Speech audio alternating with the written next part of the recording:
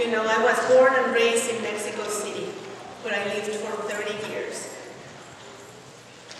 I can't even remember when was the first time I saw her, when I went to see her for the first time. I go to say thanks, to ask for favors. I just go there once or twice a year. Then I moved here 12 years ago, and all that stopped. It was November of last year when I got a letter from one of the sisters at Maria's time saying that she was going to go to Mexico City and she was going to visit Our Lady of Guadalupe.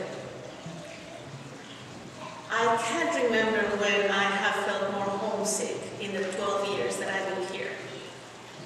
Knowing that she could be there and I couldn't.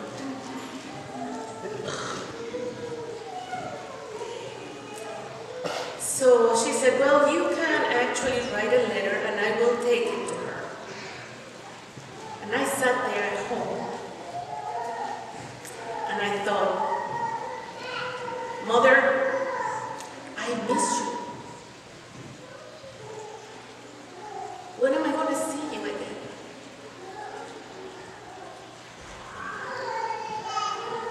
Then Judy McKittrick tells me, she says, you know what, we can bring her here.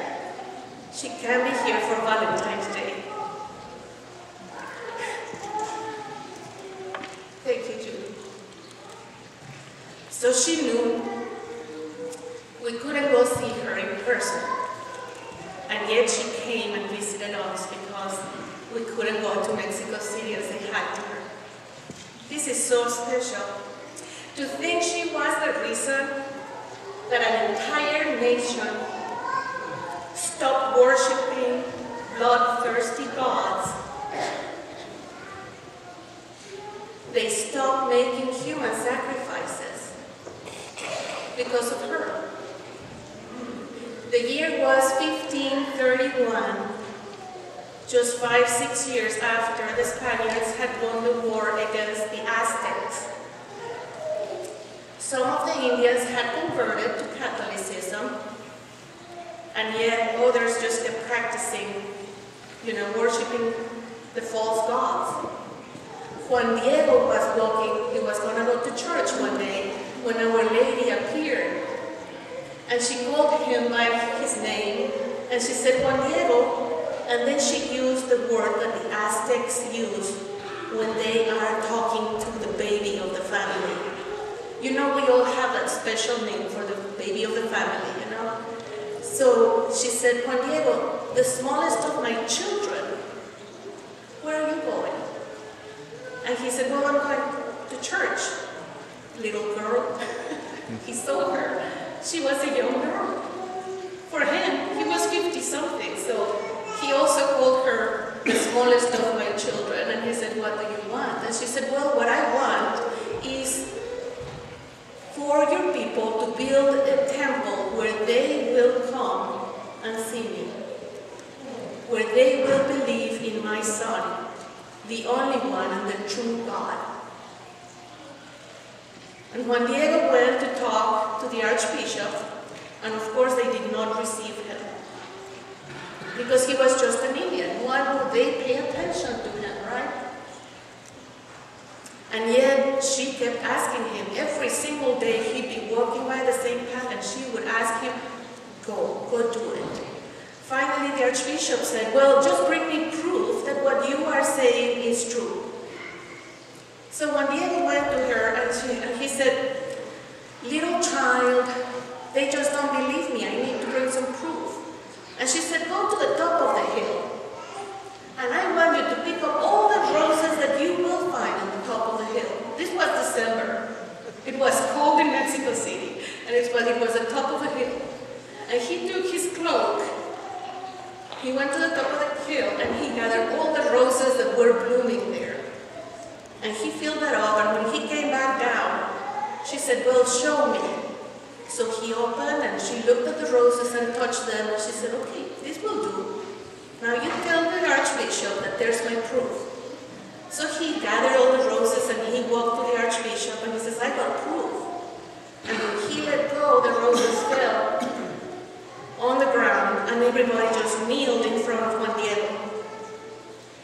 that's when he realized her image was on that piece of cloth.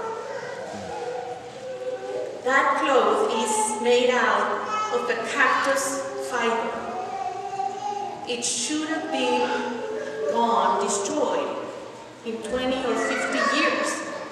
And yet, here we are, almost 500 years later, and it's still there.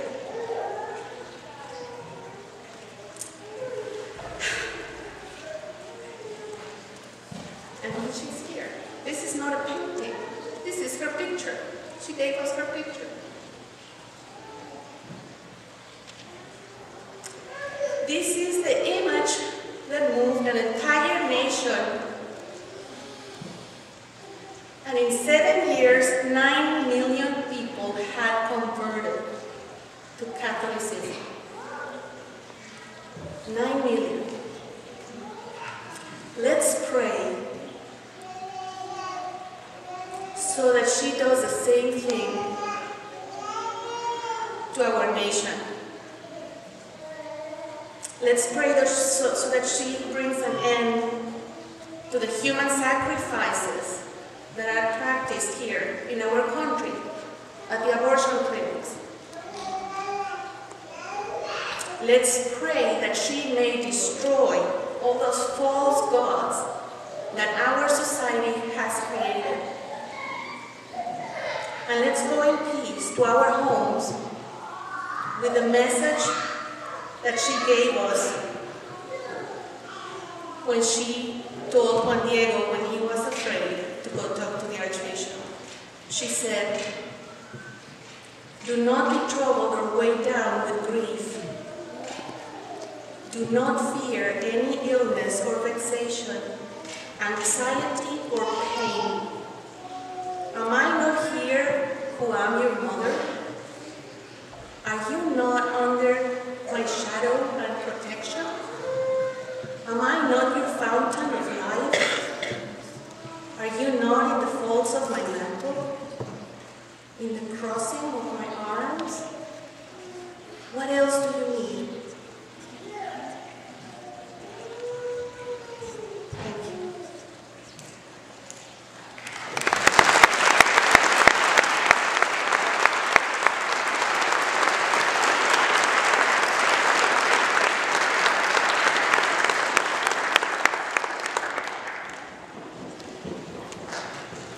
It is my understanding that the image of Our Lady of Guadalupe will be here in church until 1 o'clock.